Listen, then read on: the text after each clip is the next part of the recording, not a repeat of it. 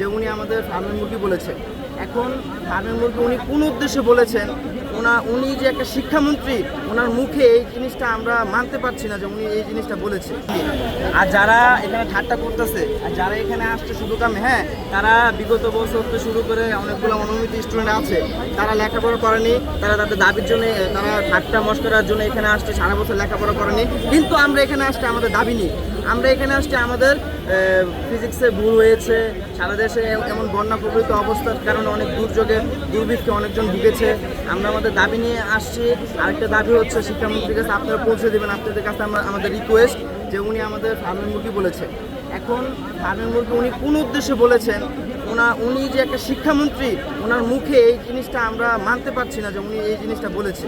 ওনার মাথায় এতটুকু জ্ঞান নাই যে স্টুডেন্টদের কি বলার প্রয়োজন আছে, কি বলার প্রয়োজন নাই।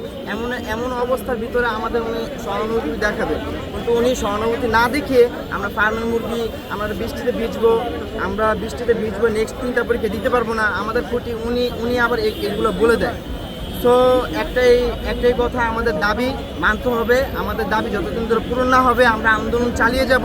আর উনি যদি পদত্যাগ না করে আমাদের আন্দোলন অব্যাহত থাকবে।